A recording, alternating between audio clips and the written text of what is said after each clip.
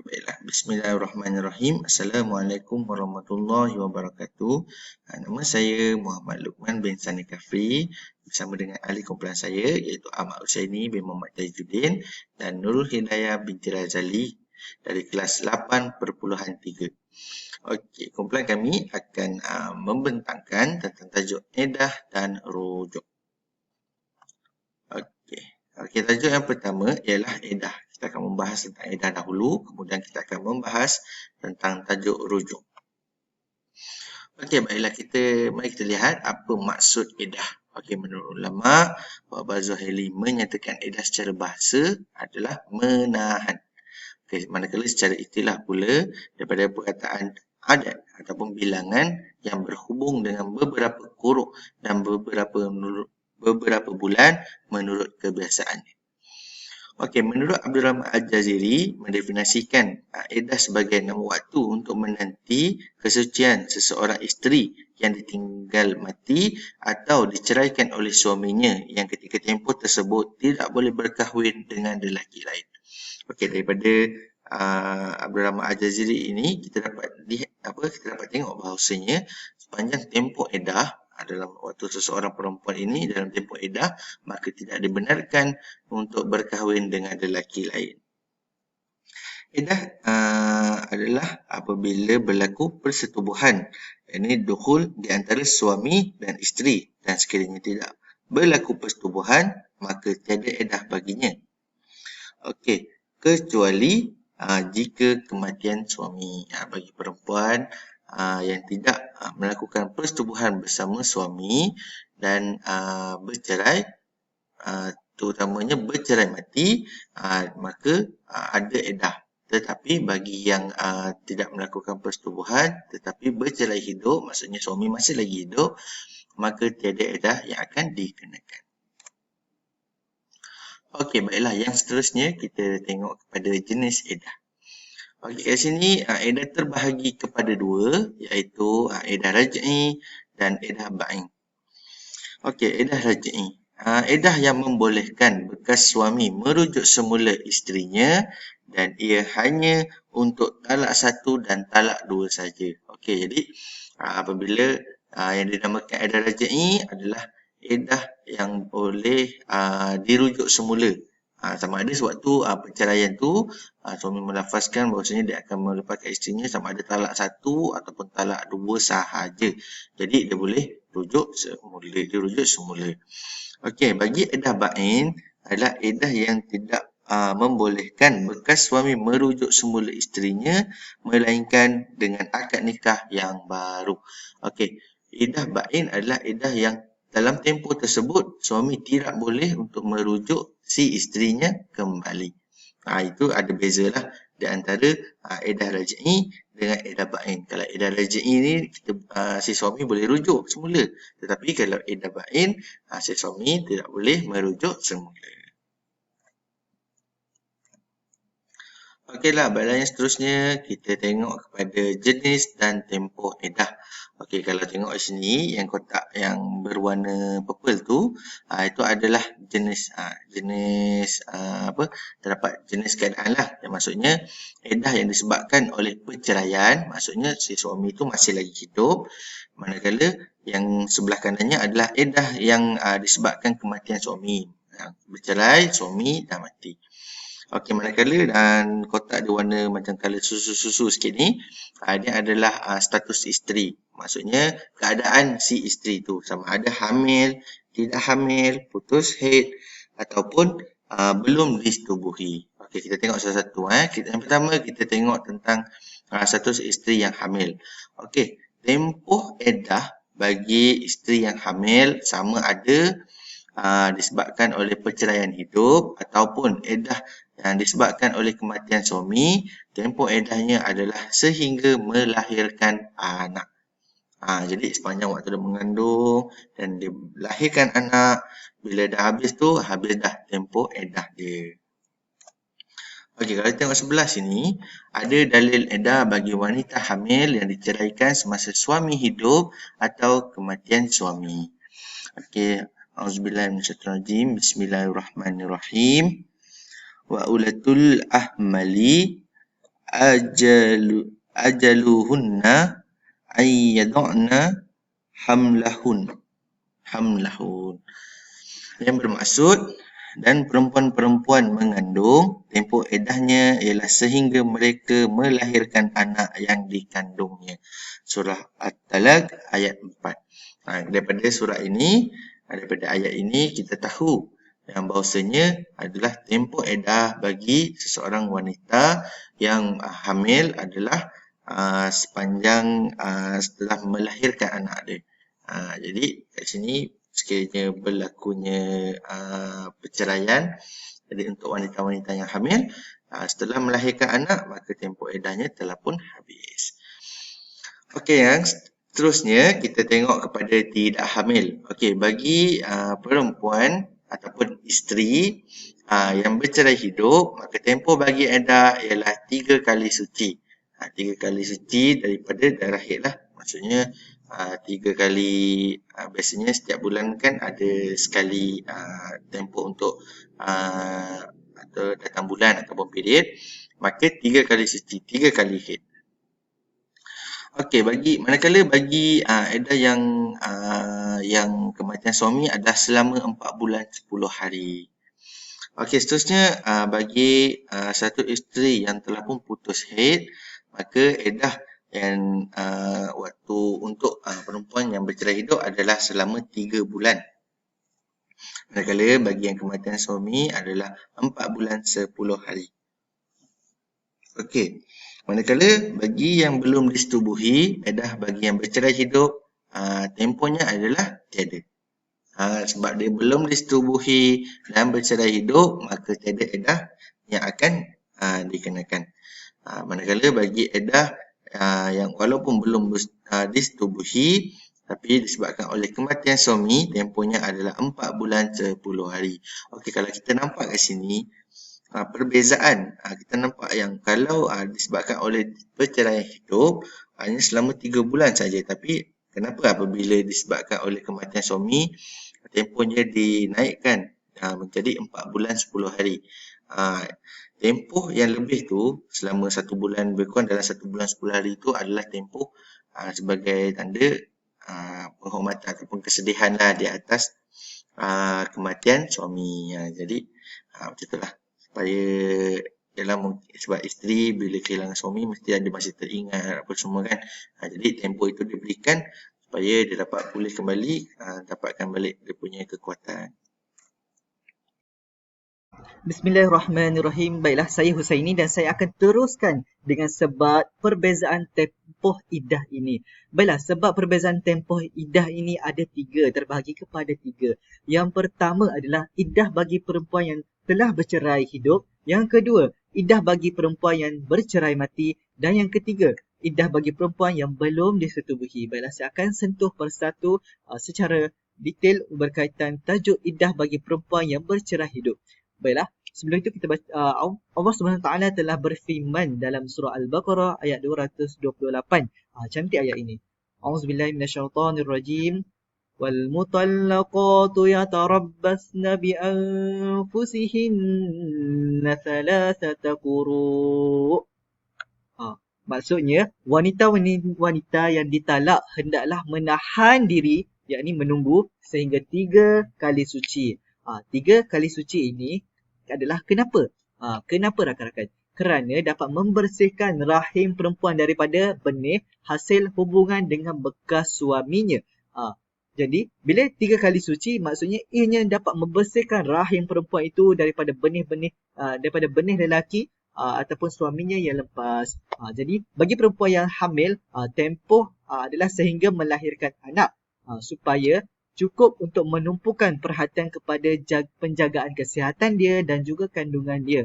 Betul lah, bila perempuan mengandung maksudnya emosi dia tidak akan stabil. Jadi Islam telah cantik di sini menggariskan sehingga melahirkan anak supaya perempuan itu ataupun ibu itu dapat menjaga kesihatan dia dan juga menjaga kandungan dia. Jadi bermakna ibu tu dapat melahirkan kandungan ataupun anaknya dengan tanpa sebarang tekanan lah. Jadi itu sahaja untuk iddah bagi perempuan yang bercerai hidup. Baiklah, seterusnya kita akan beralih kepada yang kedua, iddah bagi perempuan yang bercerai mati. Okey, bagi wanita yang masih didatangi haid yang kematian suaminya.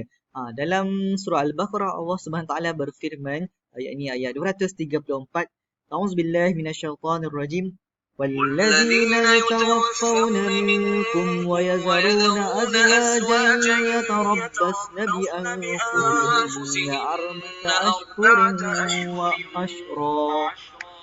Maksudnya, dan orang-orang yang mati di antara kamu serta meninggalkan isteri-isterinya, hendaklah mereka, yakni isteri-isteri, menunggu 4 bulan 10 hari. 4 bulan 10 hari. Hal ini kerana apa? Ianya sebagai tanda perkabungan dan kesedihan. Maksudnya isterinya itu kalau macam yang 3 kali suci berkaitan dengan bercerai hidup, tapi yang mati adalah 4 bulan 10 hari. Hal ini kerana apa? Sebagai tanda kita berkabung dan juga sedih atas kehilangan suami. Baiklah, seterusnya kita akan beralih kepada yang ketiga. Okey, yang ketiga adalah berkaitan dengan iddah bagi perempuan yang belum disetubuhi. Adakah ada iddah?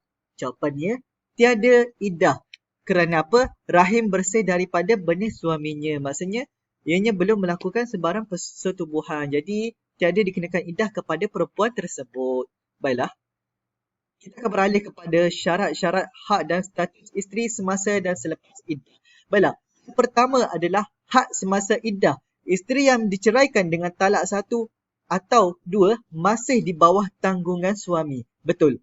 Semasa dalam tempoh iddah tersebut, isteri sebenarnya dilarang keluar dari rumah tanpa keizinan suaminya. Walaupun isterinya telah diceraikan dengan talak 1 ataupun talak 2, tetapi kalau dia ingin pergi ke pasar malam ataupun balik ke kampung, isteri tersebut perlu meminta izin suaminya. Baiklah, yang kedua, isteri yang diceraikan dengan talak 3 tidak berhak mendapat nafkah, kecuali tempat tinggal dan tidak mendapat hak perwarisan menurut ulama'. Jadi isteri yang telah diceraikan dengan talak ketiga sebenarnya ianya berhak untuk mendapatkan nafkah seperti tempat tinggal. Hal ini kerana apa? Untuk sebagai tempat dia berteduh dari panas ataupun hujan dan juga dari segi anasir-anasir jahat yang di luar sana. Dan ianya tidak berhak untuk mendapatkan perwarisan dari segi hak harta lah. Dan seterusnya adalah isteri yang kematian suaminya berhak diberi tempat tinggal selama tempoh iddahnya, yakni 4 bulan 10 hari dengan waris terdekat dengan si mati, yakni suami tersebut. Dan hak selepas iddah adalah isteri yang tamat tempoh iddahnya tidak lagi mempunyai hubungan dengan bekas suaminya. Maksudnya dia dah tak ada hubungan lah, tak ada ikatan perkahwinan dengan bekas suaminya. Dan ianya bebas menentukan hidupnya sendiri. Maksudnya dia bebas untuk membawa ataupun mencorakkan hidupnya sendiri tanpa diganggu oleh suaminya yang lepas. Dan yang seterusnya adalah berhak berkahwin semula dan boleh dipinang oleh lelaki-lelaki yang ingin memperisterikannya. Jadi perempuan yang selepas tamat iddah ni dia berhaklah nak kahwin semula ataupun kahwin dengan siapa-siapa, mana-mana lelaki yang ingin menjadikannya sebagai isteri. Baiklah, kita teruskan kepada syarat-syarat yang seterusnya. Okey, apakah itu syarat-syarat seterusnya?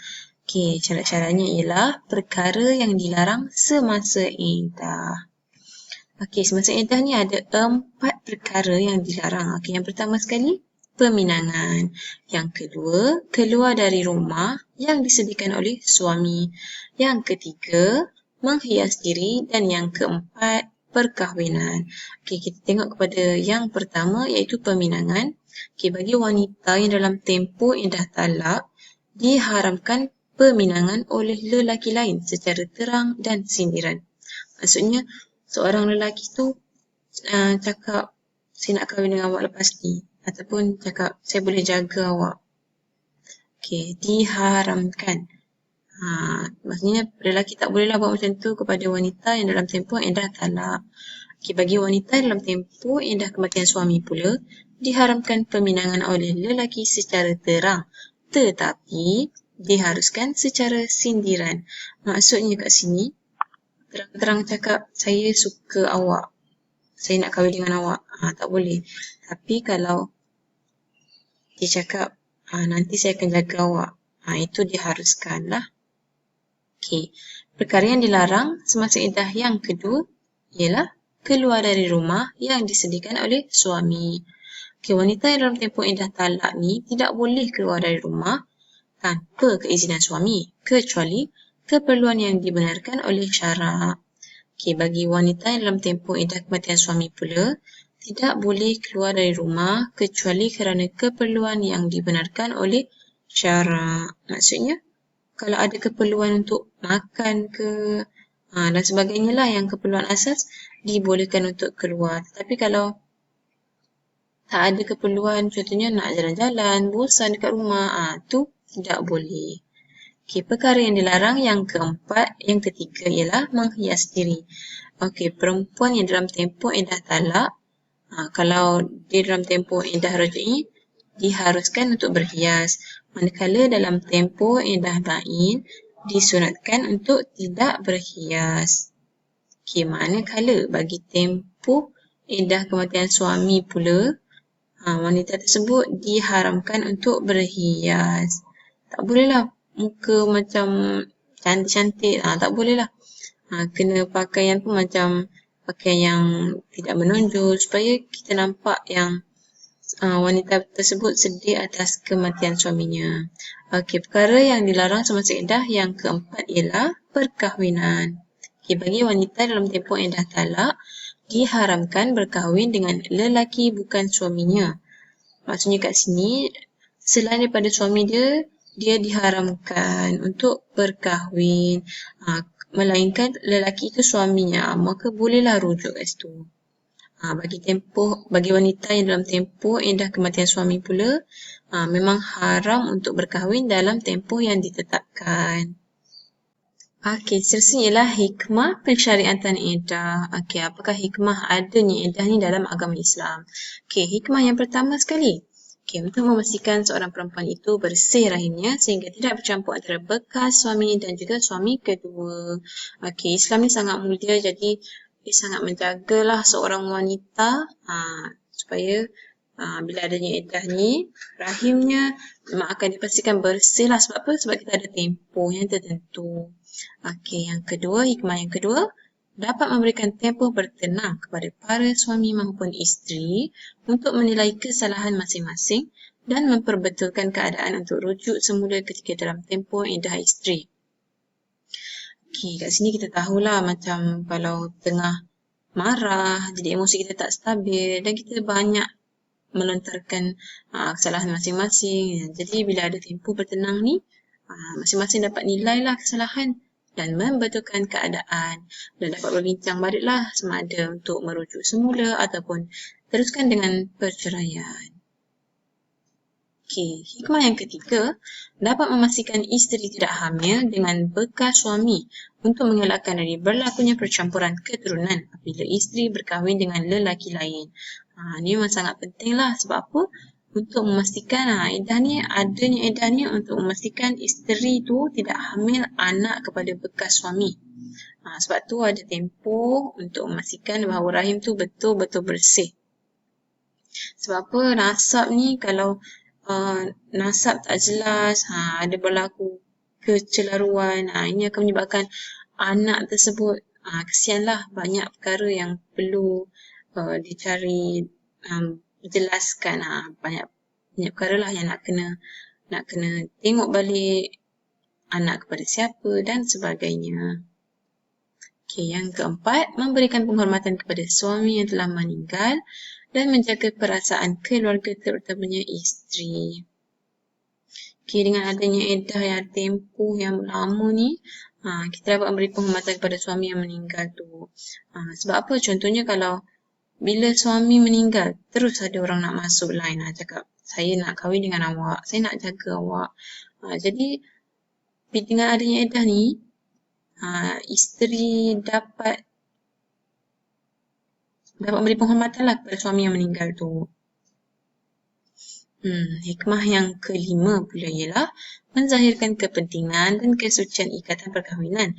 Tinggi nilainya di sisi agama dan masyarakat. Iddah ni merupakan salah satu bukti lah bahawa Islam mengangkat tinggi nilai perkahwinan yang suci. Dan hikmah yang keenam, iddah sebagai satu syariat daripada Allah dan perlu dilaksanakan oleh hamba-Nya sebagai tanda ketaatan kepada pencipta. Okey, Allah sendiri telah menurunkan berbagai banyak ayat yang Allah turunkan untuk wanita ada tempoh iddah setelah kematian suami ataupun setelah diceraikan. Okey, jadi kita sebagai hamba-Nya perlu taat kepada Allah untuk menjadi hamba yang baiklah.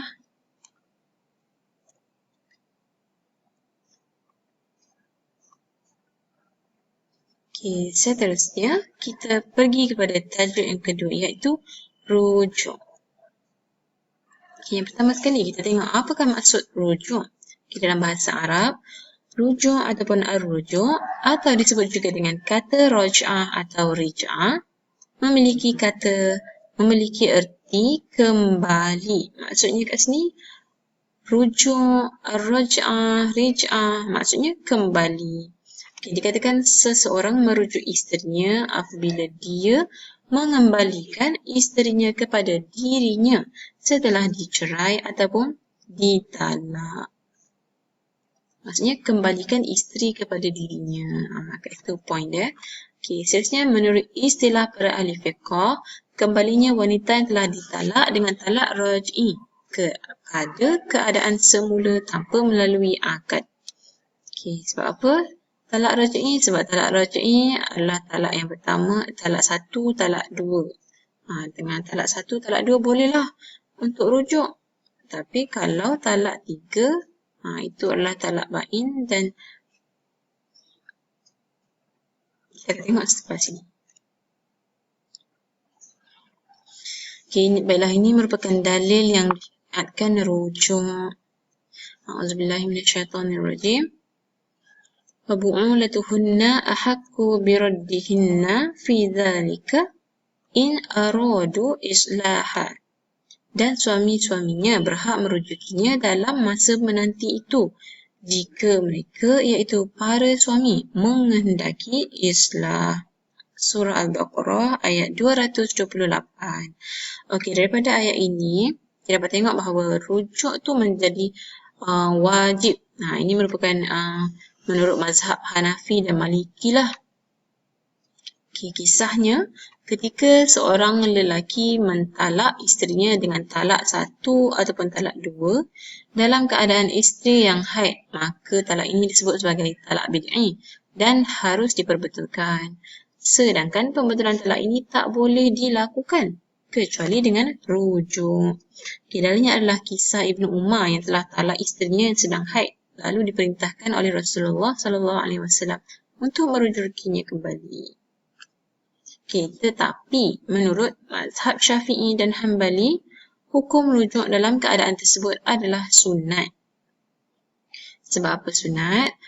Ianya menjadi sunat apabila suami isteri itu menyesali terjadinya talak, terutamanya apabila mereka memiliki anak-anak yang kemaslahatan menuntut mereka untuk diasuh oleh kedua orang tuanya. Maka rujuk jadi sunatlah kerana memandang kepada kemaslahatan yang telah diperhatikan oleh Allah SWT yang buat syariat ini. Jadi kat sini ada banyak hukum sebenarnya rujuk. Hukum yang ketiga ialah hukum yang haram. Sebab apa rujuk menjadi haram? Sebab ianya menjadi haram bila si suami nak rujuk isteri dengan tujuan untuk menyusahkan dan memberi mudarat kepada isterinya. Allah Subhanahu Wa Taala telah melarang hal ini dalam firman-Nya, A'udzubillahi minasyaitonirrajim. وَلَا تُمْسِكُوهُنَّ ضِرَارًا لِتَعْتَدُوا وَمَنْ يَفْعَلْ ذَلِكَ فَقَدْ ظَلَمَ نَفْسَهُ. Maksudnya, janganlah kamu merujuki mereka untuk memberi kemudaratan kerana dengan demikian kamu menganiaya mereka. Barang siapa berbuat demikian, maka sungguh ia telah berbuat zalim terhadap dirinya sendiri. Surah Al-Baqarah ayat 231. Okay, ayat ini menunjukkan bahawa hukum haram.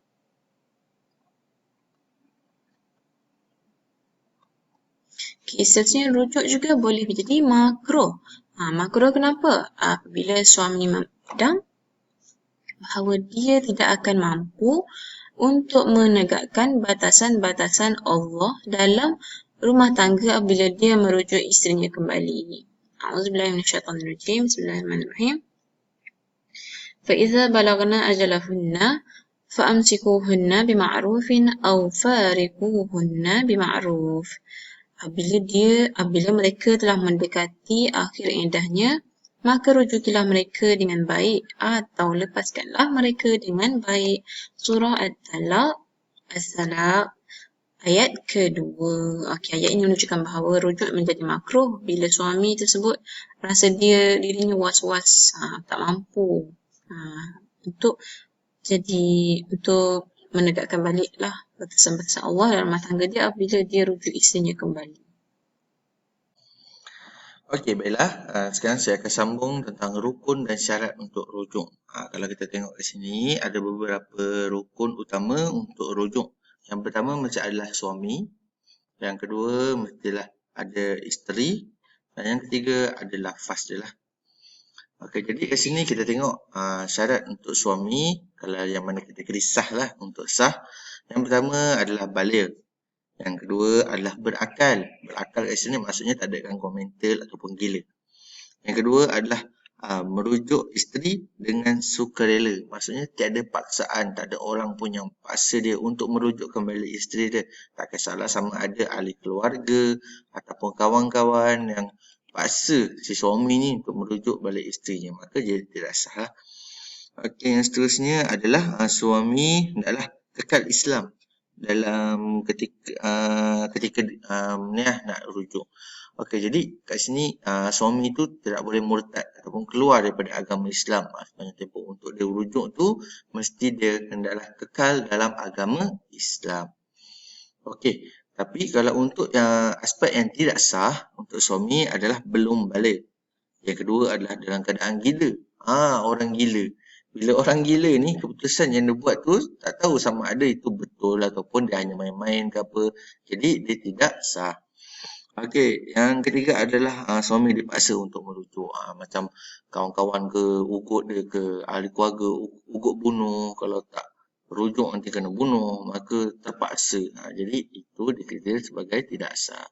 Okey, kalau itu untuk orang yang merujuk, iaitu si suami. Okey, seterusnya kita berpindah kepada orang yang dirujuk, iaitu isteri. Isteri pula.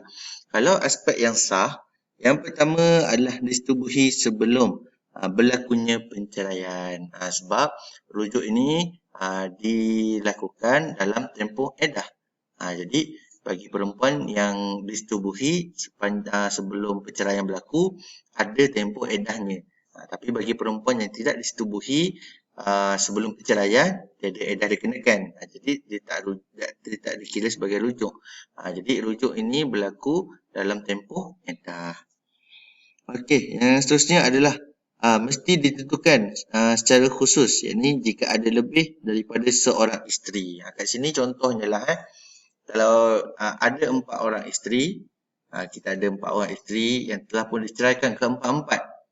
Kemudian nak rujuk, kita mesti bagi tahu secara khusus yang mana satu. Contohnya yang kita nak yang nombor 2 tu, Siti Aminah, maka kita rujuk Siti Aminah tu. Kita kena bagi tahu secara khusus. Jadi tak adalah orang yang ni ingatkan dia, yang orang keempat ni pun ingatkan dia. Jadi berlakunya satu macam pergaduhan lah. Sama ada yang siapa yang dirujuk. Adakah yang pertama ke, adakah yang kedua, yang ketiga ataupun yang keempat. Okey, yang ketiga adalah mesti diceraikan dengan talak raj'i sahaja. Macam di awal-awal tadi saya dah beritahu talak raj'i ini adalah hanya untuk talak 1 atau talak 2 sahaja. Jadi jika dalam talak 1 atau talak 2, jadi masih lagi boleh dirujuk. Okey, seterusnya adalah rujuk juga hanya boleh berlaku ketika isteri dalam tempoh iddah. Jadi dalam tempoh iddah ini rujuk ini boleh digunakan. Dalam tempoh itulah contohnya macam dalam tempoh bercerai hidup 3 kali suci ataupun 3 bulan tu.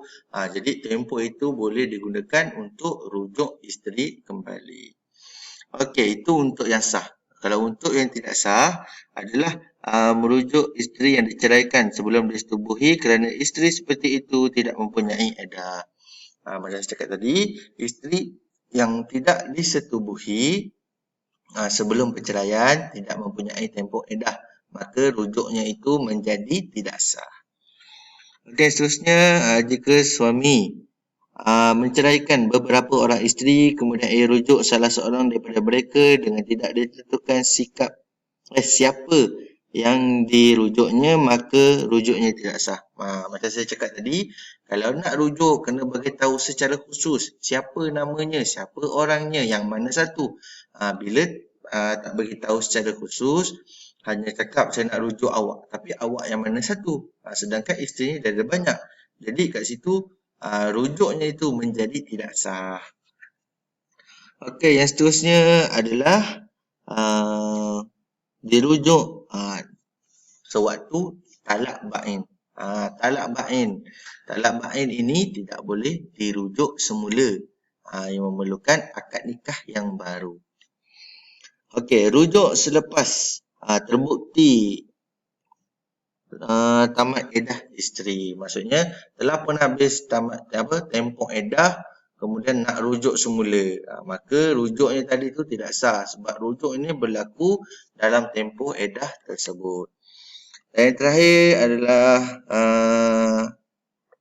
isteri murtad. Maksudnya sekiranya dalam tempoh iddah tersebut isteri tu murtad, keluar daripada agama Islam, maka si suami rujuknya tu menjadi tidak sah. Jadi tak dapatlah nak rujuk semula sebabkan isterinya telah pun murtad. Okey, baiklah. Yang seterusnya kita tengok dari segi lafaz. Okey, untuk yang sah adalah menggunakan perkataan yang menunjukkan dituju kepada isteri seperti engkau atau nama isteri itu atau dengan isyarat tunjuk.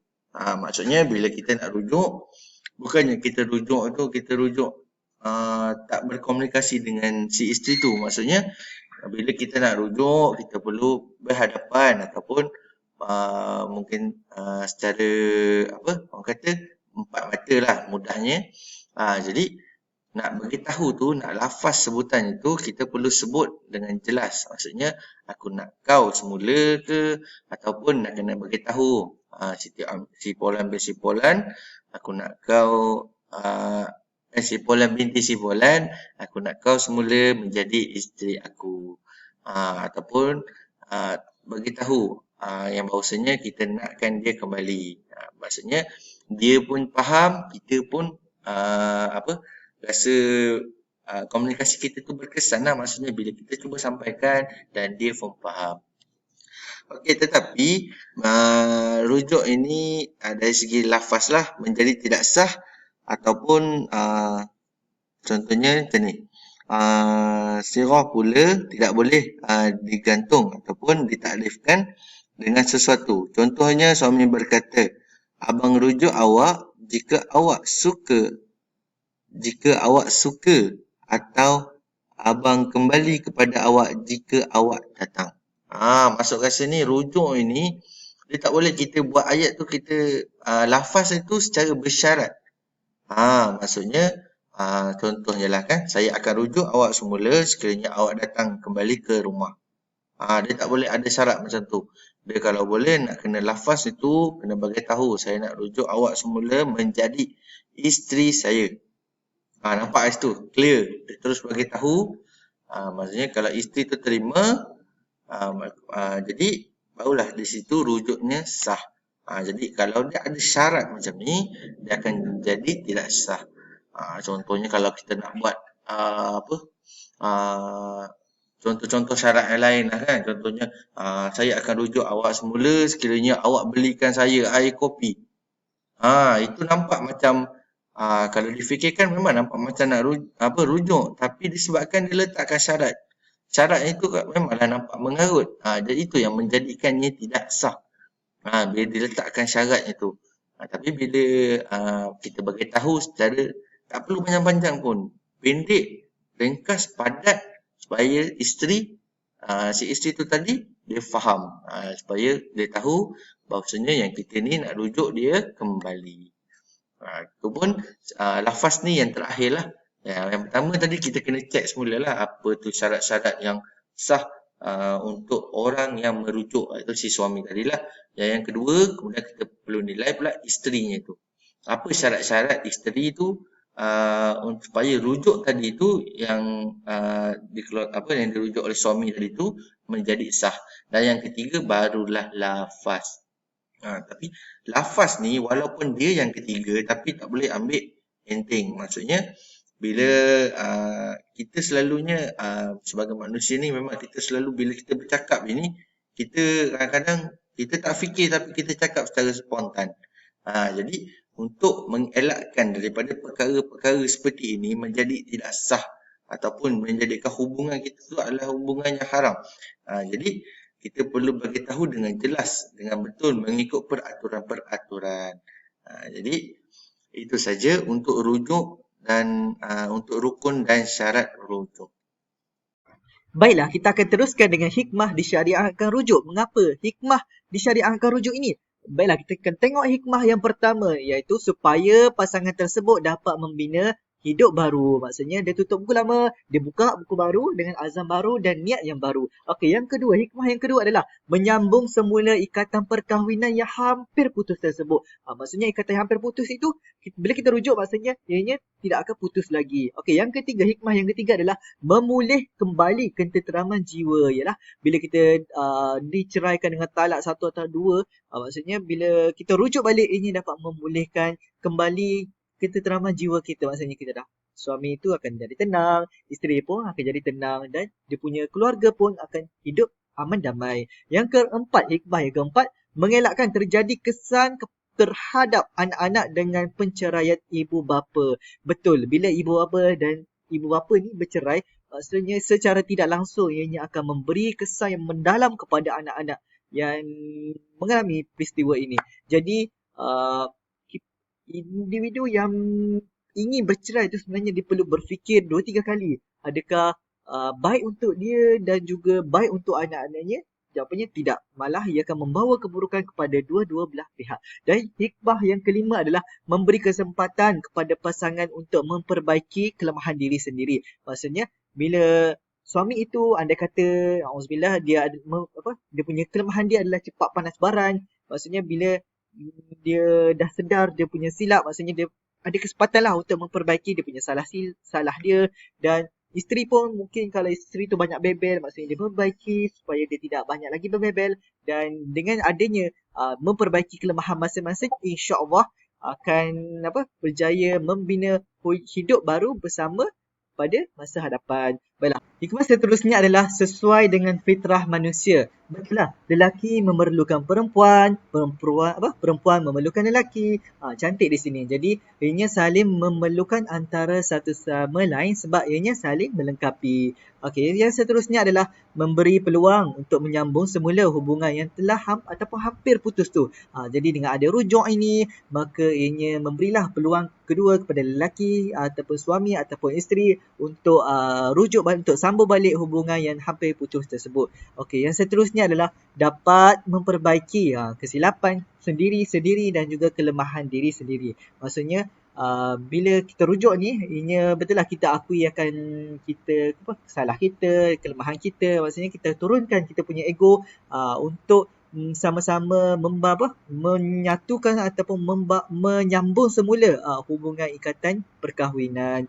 Dan yang seterusnya adalah memberi ketenteraman jiwa. Betul lah, bila bercerai ni sebenarnya ianya mendatangkan hati yang berbolak-bolak, sentiasa tidak tenang, memikirkan itu, memikirkan ini. Jadi bila kita rujuk semula dengan suami isteri tersebut, maksudnya hati dia insya-Allah akan lama-lama, aku telah rujuk, akan tenang. Maksudnya dia tak perlulah fikir masalah kalau bercerai, nak hidup kat mana, anak macam mana. Maksudnya tenteram jiwa dia. Okey, yang terakhir adalah menyatukan semula keluarga. Dan ayat ini sangat cantik. Ialah bila suami isteri itu rujuk semula, maksudnya anak-anak pun akan tengok, wah, ayah dan ibu telah berbaik semula. Jadi ianya akan menyatukan keluarga tersebut untuk menjadi salah satu keluarga yang diberkati Allah, dirahmati Allah, dan keluarga yang sama-sama akan berjaya, ataupun keluarga yang akan